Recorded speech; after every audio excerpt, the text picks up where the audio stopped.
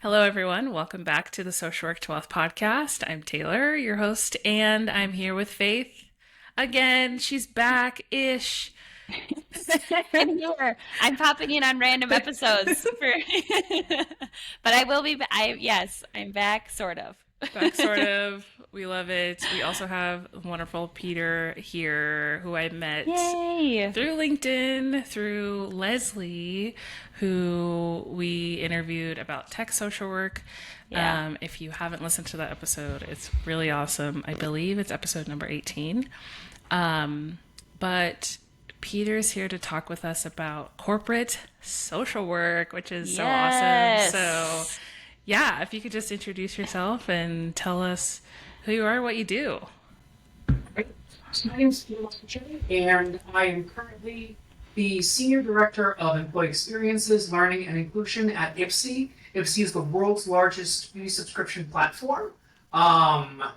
Many folks may know us from our glam bags, which is the number one way that boutique and niche and new brands get into the hands of consumers. Interesting. I So know nothing interesting. about IPSY. Can you tell us a little bit more about that? Oh, IPSY is this wonderful unicorn in the subscription space because we are a beauty subscription. We have three levels of subscription. So we have our trial size, which comes with a cute little glam bag. We've got our full-size products, which is our BoxyCharm, and you get 5 full-size products. And then we have our Luxe line that comes out quarterly. And we work with everybody's favorite beauty brands. So Tarte, Elephant, Anastasia Beverly Hills. And the thing that I am most proud of is our mission is to inspire everyone to express their unique beauty. And we do that every Oh, day. I love that. Me And too. it's in our advertising, it's in our company culture, it is in the way that we show up with one another. What drew me to IPSY initially was that when I looked at all of the advertising, because we do all of our in-house production, and when I looked at it, it was centering queer and non-traditional faces and people of color and, imperfections and folks who may not have been seen in the beauty space previously. Yeah, yeah. I love that. Okay, Peter, let's start with you just sharing your journey from social work into corporate. Like I saw on your LinkedIn that you also worked at IBM and now you Mm-hmm. work at IPSY. I mean, Mm-hmm. like social workers at IBM. What is happening? Tell us the journey. Yeah, we were like, wait, Peter worked at IBM. We have to hear about this too, not just IPSY, but IBM also. Like, what's going Yeah, on with that? So totally. I spent 25 years at IBM. And IBM was so good to me, especially during the time when I was getting my social work degree. Okay. But I'll get there. I originally started. So my journey started as an undergrad student in pre-med, and so Mm. I have a bachelor's in biology. I was going to be a doctor.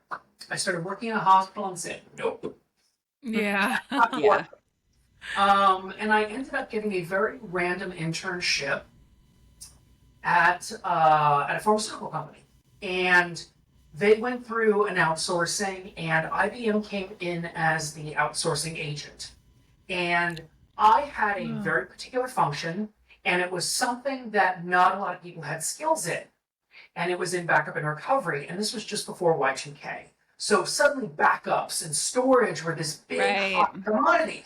I, I just wanted a part-time job. And and so I ended up with this very niche, very in-demand skill that IBM saw and said, hey, we want this guy. And so I got a job in IBM working in technology. I got a job working in technology. I was a storage expert for many years. I spent, oh gosh, I want to say 16 years of my career in tech. Mm. And I was in an area of IBM that was a little bit volatile. And one of my big soapboxes with my employees was, what's your backup plan?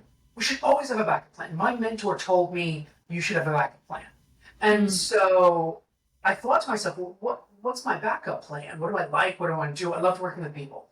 I have managed as few as 3 and as many as 40 something individuals. And I love managing people. And so I said, I wonder if there's something I can do with people. And so I started looking around, and I loved coaching, and I thought, why don't I go and get my MSW? So I'm in technology, I'm working for IBM, and I decided, no, I want to go and get this MSW. I want to do this. It's something I'm passionate about. Everything, and I'm giving you the TLDR, but it was like a 2-year exploration to figure this out. And so I decided to apply for my MSW and got into the program in SUNY Albany and started my journey towards getting my master's. And this is where, I had been with IBM for a very long time, and they were so good to me during this time. I was managing 30 something folks. I was a delivery project executive for an offering that was worth about $20 million to the company. And my managers and leaders made sure I got my 2 days off a week to do my internship. Oh, wow. I was just thinking, Oh, like, how did you work full time to do your yes. internship? So they gave you 2 days off aside from the weekend to do your internship. So I was a part-time student, and so I did 4 years Oh. versus 2. You did four So years. Okay. yeah. So internships were years 2 and 4. Mm. And my first manager, she was like, we'll use your vacation time. We'll, just make sure, these things are done, work nights if you have to, but like, we'll get through this. And we Eh? did. And then 2 years later, I actually had a different manager. And he looked at me and said, whatever you did last time, let's do again this time. And they were great. Wow. IBM will always hold a special place in my heart because the leaders there knew exactly how to treat their folks. Mm. Oh. And so they were Mm. very kind to me when I was getting my MSW. And so got my MSW in 2013. So I finished in 2013. And along all along this way, I actually got recognized as one of the top 50 managers in IBM. And that's about 50,000 people who are managers at IBM. Oh. Wow. And That's really cool. it was a really big honor for me. And that Yeah. put me on the radar of the a gentleman who was rebuilding what management development would look like at IBM. So put Mm. me on his radar. Somebody else made an introduction. We had a conversation. And guess what? He was an LCSW. No way. Really? Hey, social Fascinating. workers. What? Y'all, You social never workers hear are about this. literally everywhere. I swear. I was Everywhere. like thinking the other day, I And was you, like, social workers could work anywhere. Like, fight me on that. Like, right. Here's I, this guy who is an executive in an LCSW, and he had closed his practice to come back to IBM. And wow. here I am, a freshly minted MSW, and we're having this conversation about what developing managers could look like. So cool. It was a great conversation, and it was just an intro. And an hour and a half later, um, I was like, this is where I'm going. This is my spot. Mm. This is where I want to be. And so I left the technology side of IBM and moved over to the human resources side, and spent the Okay. next 5 years in some aspect of management, leadership, executive development. When Wagner started the the team, there were 4 of us. He was an LCSW, I was an MSW. We had a clinical psychologist and one other individual. So it was very focused on person in environment. So that's how we develop leaders. It wasn't just Okay. learning; it was very much, let's look at the whole person. Let's look at the environment they're in, the business realities of what they're doing, and then let's develop them based on that. Mm-hmm. And so that idea of person in environment has been with me my entire corporate social work journey, yeah. Yeah. because it makes a difference. And what I realized working in leadership and executive development at IBM was that it's all just social work. All social. Yeah. Um, when I'm doing learning or doing an intervention or doing coaching, it's micro. Everything else I'm doing is macro. When I think about Yeah. organizations, when I think about employee engagement, when I think about employee culture, it's just macro social work. Yes. You know, it's looking for the healthy things that we can build upon and figuring out how to remove the unhealthy.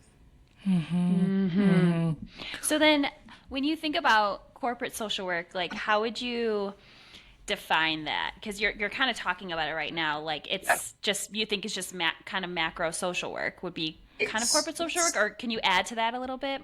Sure, it's taking the skills, abilities, and human-centered empathy that we build as social workers and just bringing it into a corporate space. A lot of what I do is thinking about people. It's thinking about their experiences.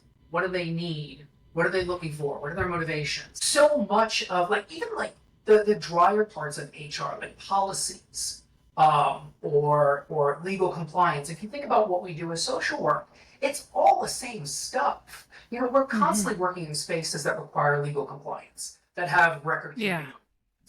Yeah. You know, we're working in spaces where we need to develop policies for clients or for agencies, or same ideas.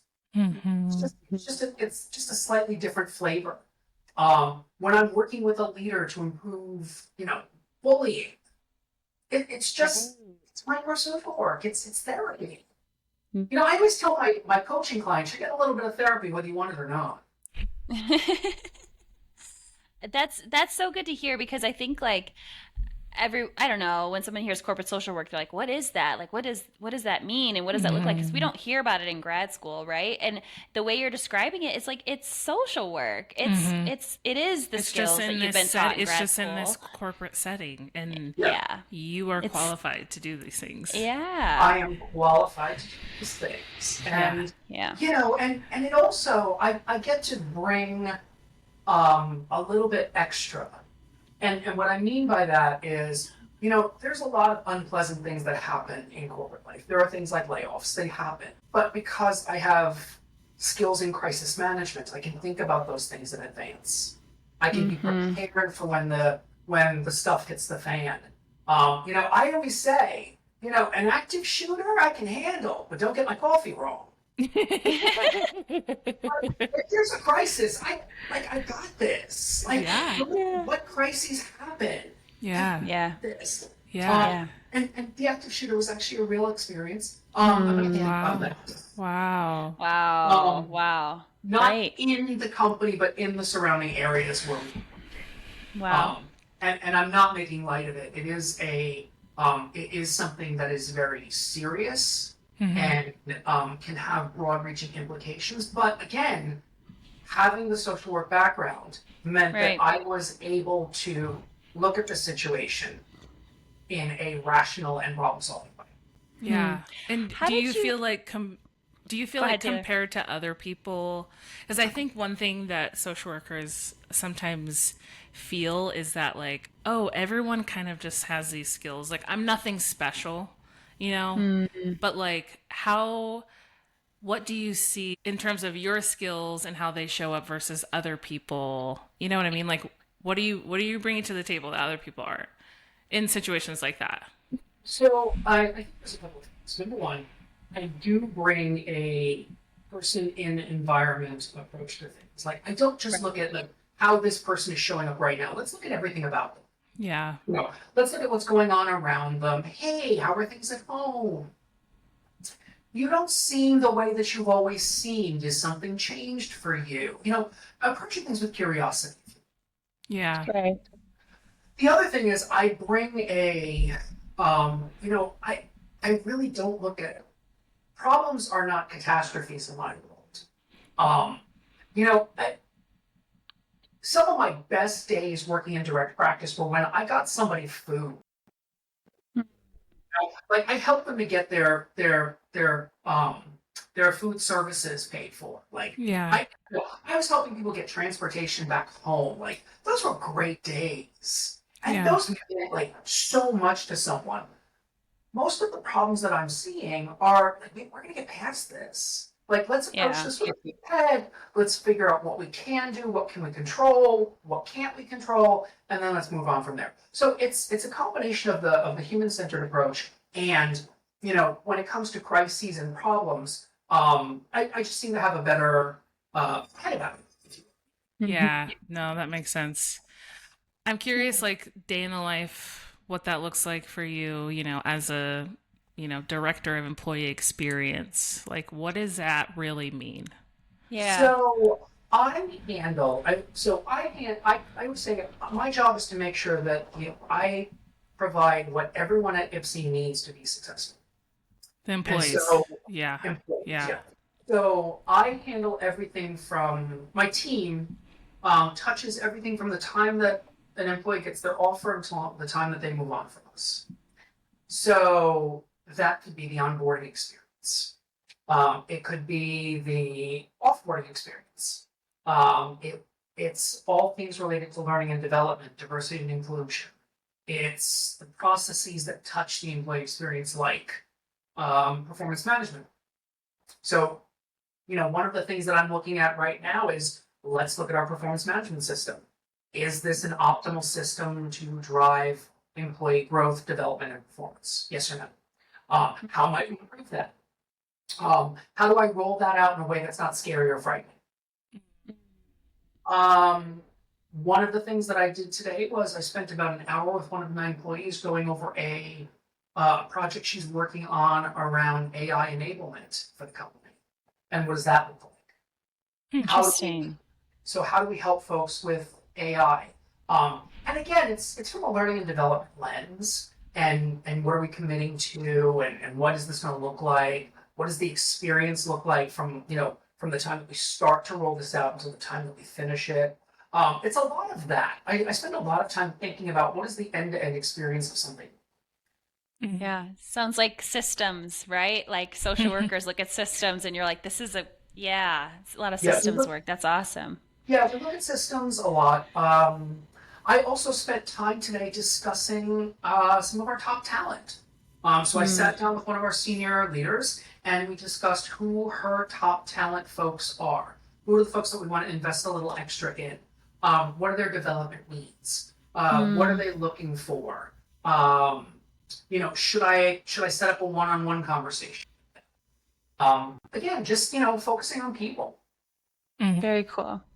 So if, we have social workers, a lot of, I would say, well, social workers from all different ages, but we've been noticing we have a lot of younger social workers kind of listening to the podcast and people who are maybe newer in their career and just starting out and wanting to know what kind of jobs are out there that you could get as a social worker. So for some of our listeners, like what would you recommend could be some tips or for like their resume or maybe some skills that they would want to work on if they wanted to do corporate social work? Like if they were interested in corporate social work as something to pursue, what might Yeah. be a Especially way to as, position themselves? Yeah, especially for if that. someone who's like not in this field, like if I'm in medical Yeah, social work, like right. how should I be, like use me as an example. Like how should I be thinking about transitioning into That's a the great way field? to, yeah. So if I were to say, so if I were to say Taylor, where would I focus you from a student? Like, I would say, so what do you know about hospital systems? What do you know about medical systems? What do you know about the HR challenges that they're having? Because if you're working in medical social work, you probably have good insights into the medical complex. So Right. how can you take the skills that you have working as a medical social worker and maybe look at opportunities in hospitals, in medical practices? I would be telling someone like you, have you checked out Kaiser? They're a huge employer here in California. So take a look at what they've got to offer from a position perspective. I would also warn most folks that you're not gonna, I am very, very, very blessed. I've had a lot of wonderful people lifting me up and helping me find opportunities along the way. I've also been doing this in some way, shape, or form for almost 20 years. Yeah. Right. So this is not like I've got a dream job. you're not stepping into this job day one. Yeah. Right. um, Yeah, that's realistic. you That's Totally. know, really, yeah. so I also, I always accept meeting requests from social workers who are currently in school. Like, I get a lot of reach outs from LinkedIn, so I always accept a meeting request to chat for 30 minutes. And one of the things I always tell them is number one, entry level HR jobs are fantastic. You know, they're a great way Yeah. for you to learn the ropes of HR. Especially the great thing about being in human resources is that there are a lot of areas where you can specialize. So there's learning and development, there's diversity and inclusion, there's employee relations. Oh my God, employee relations for a social worker would be spectacular. What does that even mean when you say like employee Yeah. relations? Like, what would that person be doing? So an employee relations person usually handles, issues around investigations. So an employee has reported we've got a case of harassment, or there's been some bullying, or someone may have said something inappropriate. Yeah. Think about how much we are trained to look for both verbal and nonverbal clues. So we bring a lot to the table in the realm of employee relations. And again, there's a lot of like compliance issues when it comes to employee relations. There's a lot of policies and procedures that are in employee relations. And there's systems like, do we have the appropriate reporting systems? Do we have Do people feel safe to report? Do they know how to report? right, yeah. Yeah. Mm. Yeah. I feel like human resources, I don't know, when I hear that, it just feels, I'm just like not very familiar with it. So it's helpful that Yeah. for you to kind of go through all of the kind of different niches because you are in human resources also. I am, and we joke about inhuman resources. Um, What does that so mean? well, I mean, HR gets a bad name. Yeah. HR it does get a bad name. I feel like it kind of has like a negative connotation. Yeah. So, Doesn't Oh, it? HR. Yeah. Yeah, HR's Uh-huh. coming to do Yeah. this or talk to you. Yeah. Yeah, totally. um, But to be fair, that's how social workers are treated in schools. Oh, here comes a social worker. That's so like, true. right? Yeah. It's kind of, yeah. Hmm. yeah, and we call ourselves the people team. Um, Okay. Yeah. So- HR needs a Yeah. rebrand. It Yeah. does.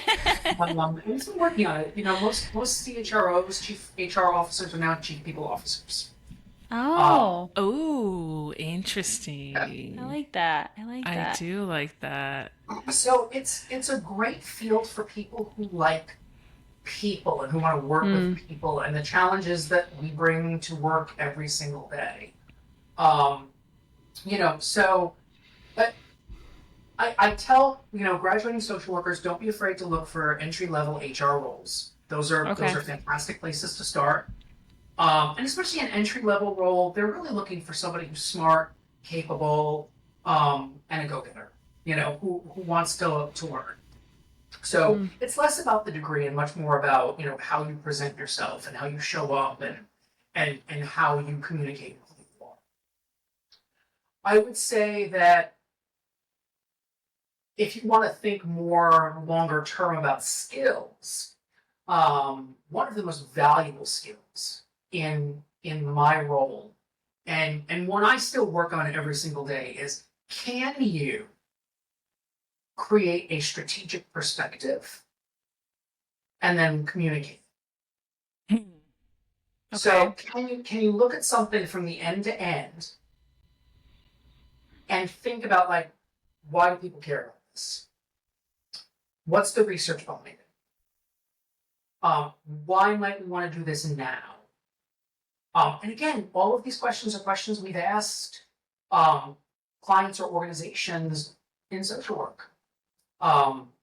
So really being able to create and communicate a strategic perspective on something, super important. And then unpopular opinion, get comfortable with AI. Oh, Tell us about that. interesting. Yeah, tell us about that. What do you mean? Mm-hmm. Every single career path right now is being disrupted by AI. AI is changing the landscape for every single career in the world of corporate America. And folks who are afraid or reticent to learn AI skills will get left behind. Whoa. Yeah. How are you seeing it impacting human resources, like where you work? So AI saves a lot of research time. So it can digest a lot of potential research sources Yeah. to create a perspective on something.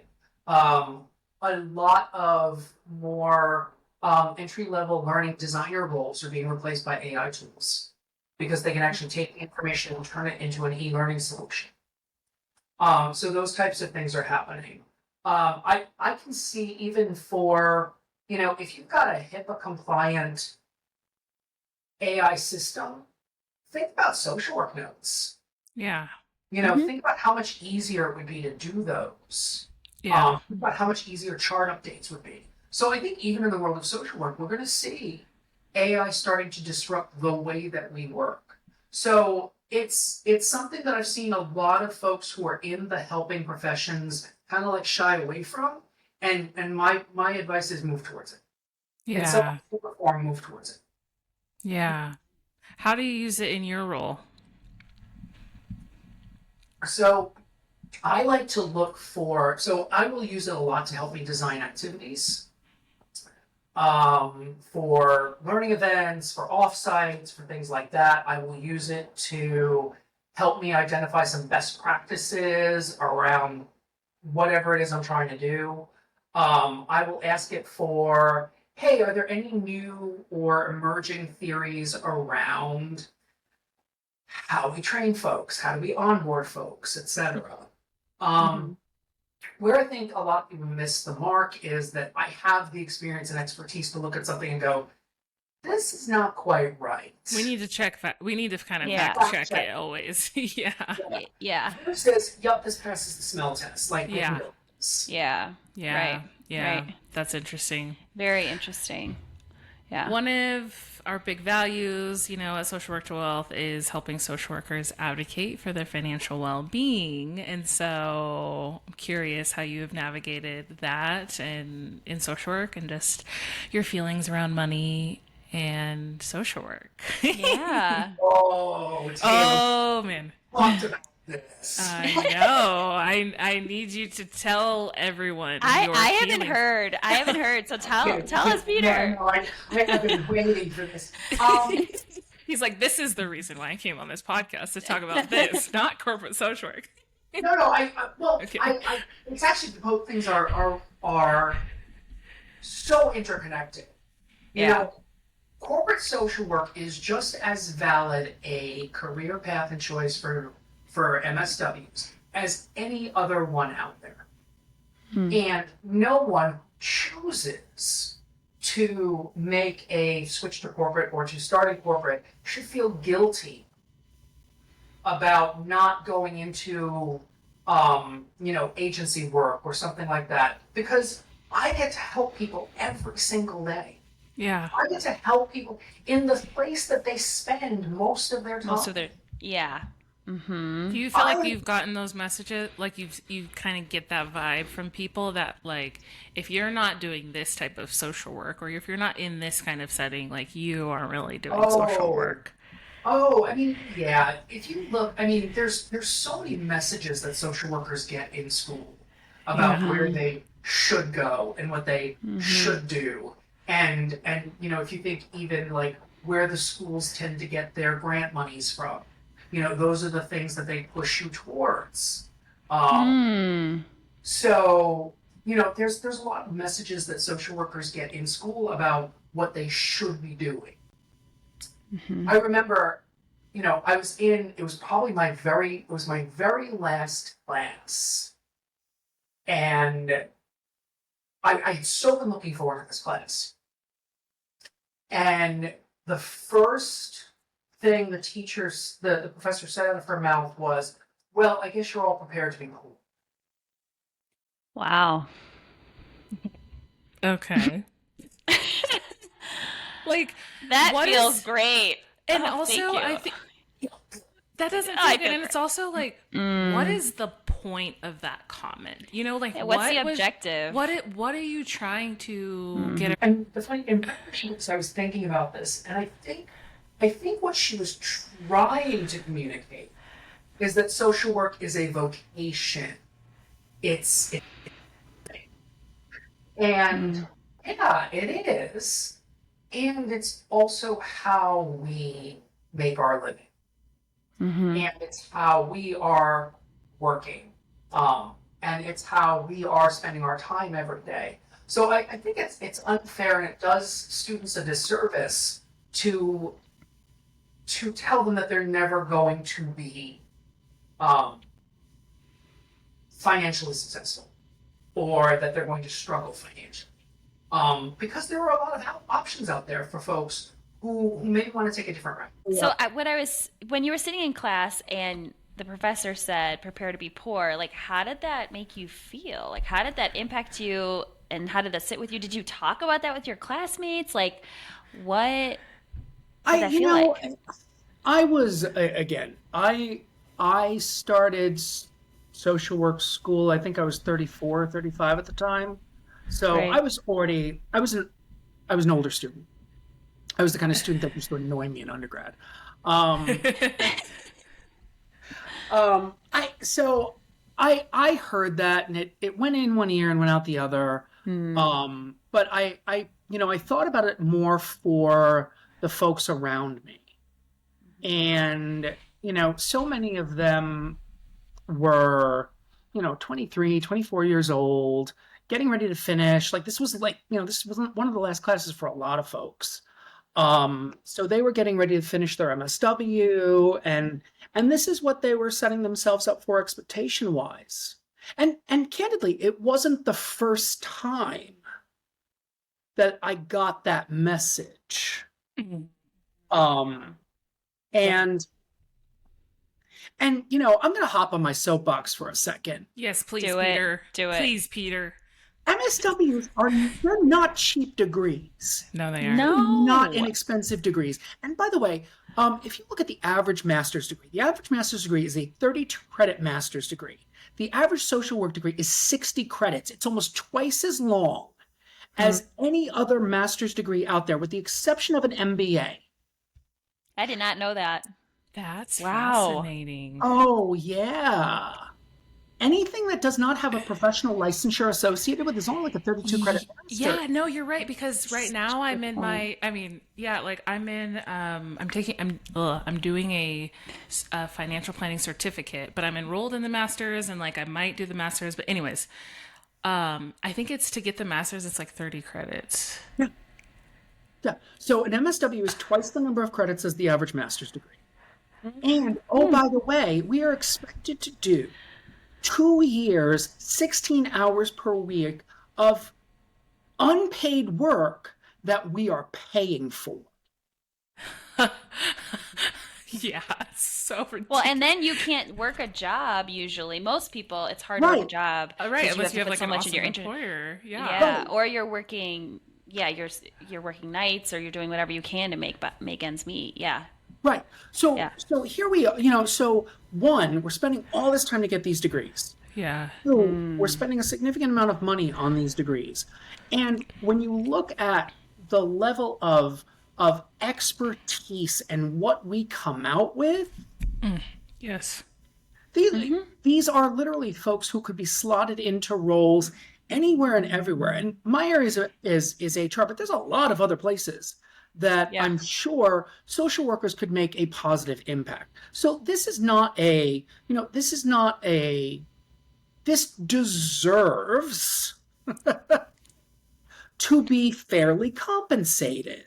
Yeah. Yeah. And I was having a discussion with it was that individual. It really is, it's the helping profession. It's anything that's been traditionally seen as women's work is devalued in the financial spaces. If we look at teacher salaries, if we look at social work salaries, there's a lot of effort and expertise that goes into becoming social workers. Yeah. And they deserve to be paid accordingly. Yeah. because they're helping to keep so many of um, the foundations of basic society running. Mm-hmm. Seriously. It's a Yeah. great point. And I Wow. think a messaging like that just kind of like deflates people. So then when we're going into finding a job, Yeah. we just don't have any confidence in terms of like negotiating or Or we're like, oh, 60,000. Oh my gosh, you're gonna pay me 60,000? I'll take it. And you're that's just like, amazing. this is amazing because I thought I would make, like 32,000 or 40 Totally. or whatever. And so the bar is so low. Yeah. Yeah. Yeah, but and I think it's helpful to know that like there are positions within that we as social workers can do that we can make good money. Like what's the salary landscape in corporate human resources? Like what are you seeing? So all of this depends on location, Yes. industry, um, and so one of the other things that I would caution folks is when you start to look, make sure you know like what are the salaries for the industry you're going into. What's the salary? Glassdoor is fantastic for that to let you know like what roughly salaries are looking like at companies, at industries. Um, are you in a major market area like New York or San Francisco, Los Angeles, Chicago, things like that? If you're, sitting in the Midwest, then, these things don't Yeah. necessarily translate. But I would say that most folks in entry level HR, depending on the industry where you're at, you should see something between 80 and 100,000. Yeah. That's awesome. Go. That I is mean, awesome. Yeah, like I feel like lots. I mean, when I was in grad school, when I was coming out of grad school, I'm like, I made 40,000, and then my second job that was in 2018, 2019, I made six. It was like 55 or something. So like, I mean, coming out of school with like 80 80. Yeah. would be super nice. Yeah, and I mean, and especially with folks having those loans to pay back. Yeah. Yeah. And the other thing is that, and that's just, that's me riffing off the top of my head for base pay. Looking for companies that provide bonus structures is always great. You've also got stock options in a lot of companies. So here in the Bay Area, a lot of public tech companies provide stock options to their employees or RSUs. So those are other ways that money can come in. That's interesting. Yeah, I remember we were talking. I talked about Leslie about stock options, and Yeah. that's one thing. Like, if I got offered a job now, I mean, I am a little bit more into the finance realm, so I feel like I would be a little bit more comfortable like navigating that. But it just makes me think like we need just like a pool of social workers.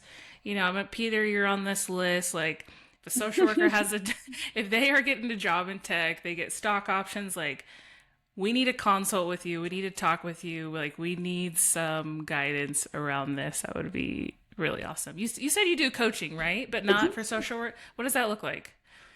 So I mean, I have it on my website. I work with leaders, managers, individual contributors, anybody who's looking to move themselves forward in their career.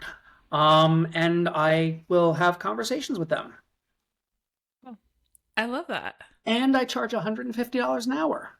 Yes, you do. Yeah, you do. Yes, I do. Good. I love that you said that. Okay, because you said that, I'm bringing this up.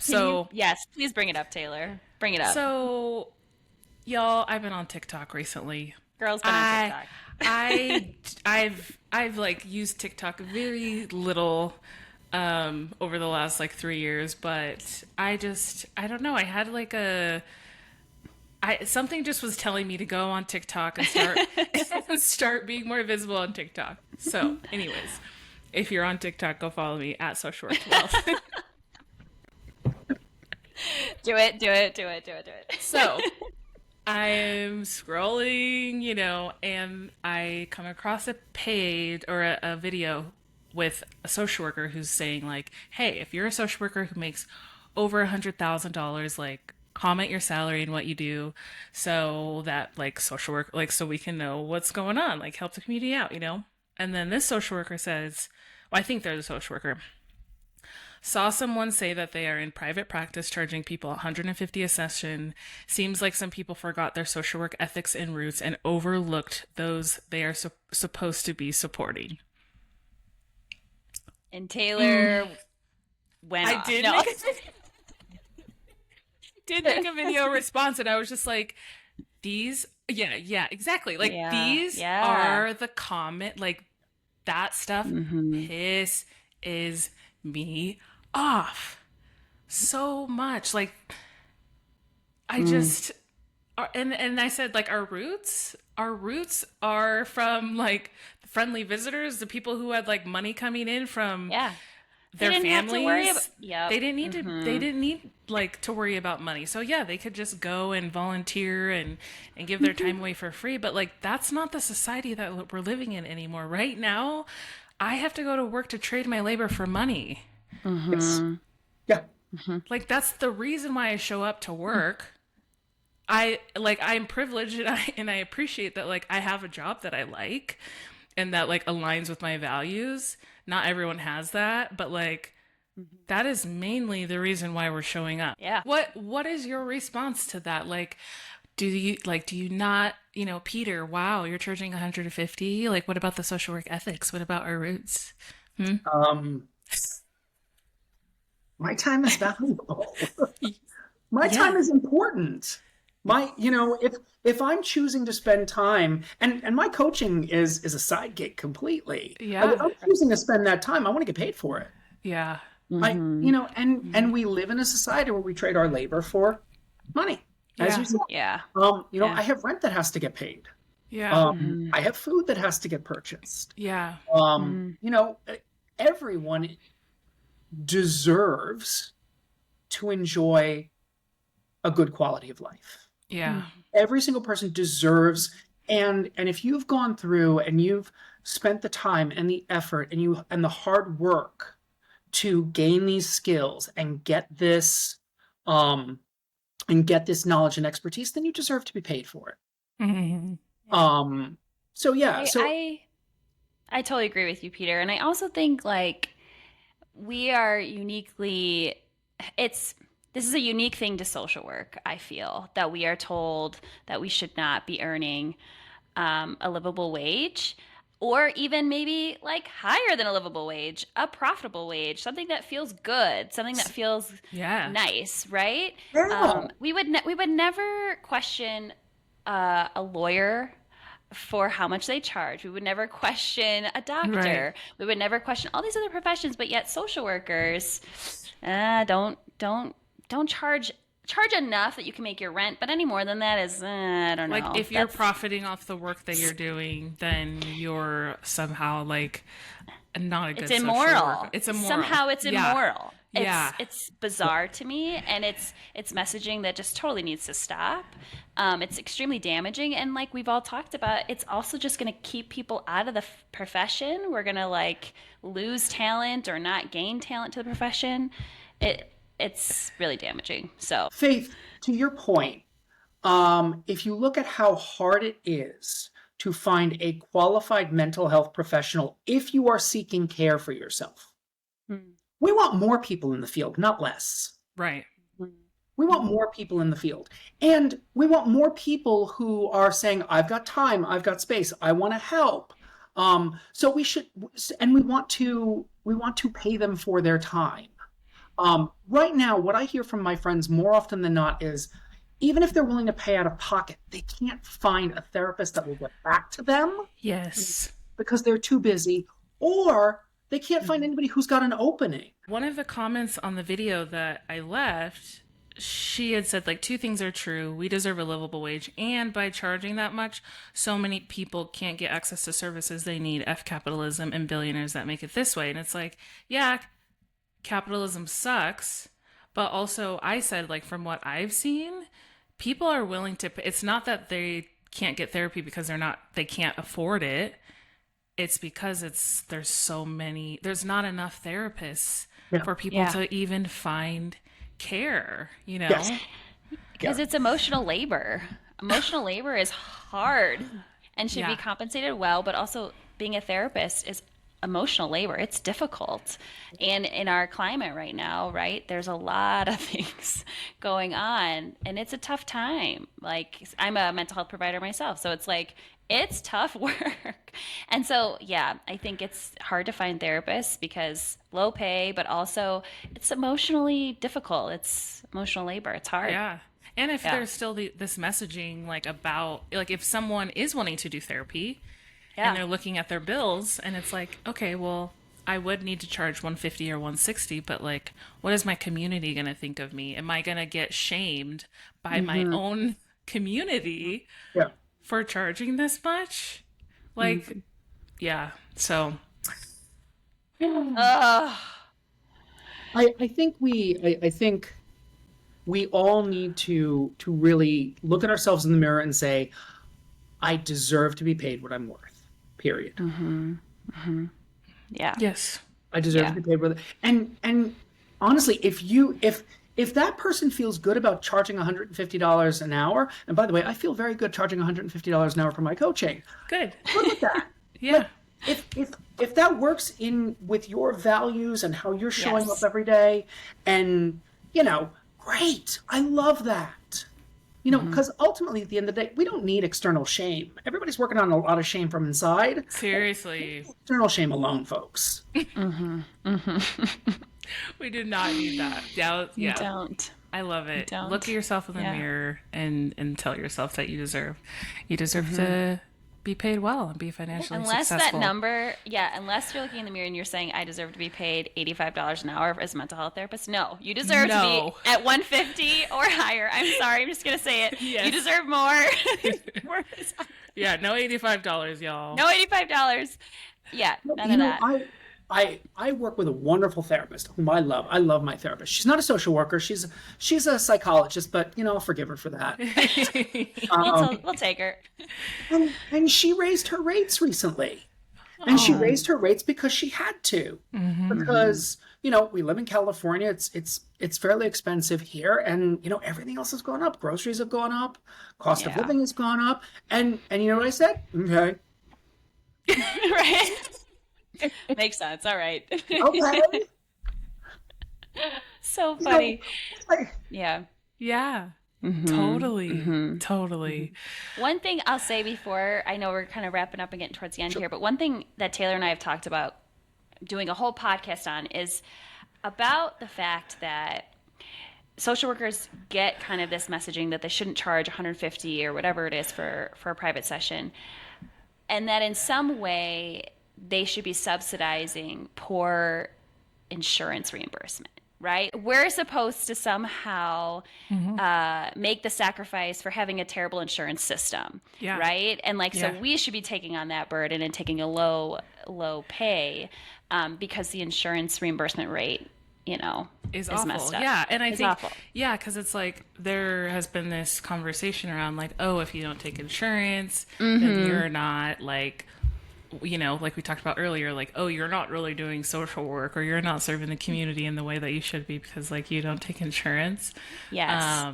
But it's like, well, I don't take insurance because they're awful to work. I mean, like, I don't have a private practice there. Like, but, people are saying, I don't take insurance because they pay me super low rates. Yeah. They're difficult to work with. I'm afraid they might take Clawbacks. my money back if if they don't like the way that I write my notes. So, like, no, I'm not going to take insurance. But for some reason, if I don't take insurance, then I'm the one that's bad. they make it so hard for even for us to get on insurance. Yeah. Totally. I mean, like, yeah, getting paneled with insurance is like a whole thing that is crazy. Yeah. Okay, so I had to do the master's degree. Then I had to study for the test. Then I had to do the 3 to 6 years of supervision just to get the C. And now you want me to do another 3 to 6 years to get the R? Right. Go away. Go away. Yeah. Yeah. It's, you know, yeah, I mean, they make it so hard for us to get on the insurance panels. Yeah. Mm-hmm. Yeah. Yeah. Yeah. It's everyone. Conversation for another day. I but know. Yeah. I know. Yeah. Well, look out for that episode from us for sure. But Peter, thank you so much for joining us. This was Sure. so fun. If people want to reach out to you, how can they do that? So if they want to see ridiculous things like art installations and dahlia gardens and Legos, they can find me on Instagram at ArielPJ, AerialPJ. I think I also posted the roast chicken I made this weekend. I don't know. They can find me on LinkedIn, Peter J. Mostachetti, LMSW. I'm very active on LinkedIn. And yeah, my website is www.petermostachetti.com. Perfect. Great. Thank you so much, Peter. And Thanks, thanks Peter. for everyone for listening. Recently, I feel like I've really been asking for some reviews and ratings, and I'm doing it again. So if you are enjoying this podcast, please review the show on Apple Podcasts, specifically, like actually write something in there for us, please. It would be so helpful for us in growing the show. So thanks everyone for listening, and we'll see you in 2 weeks.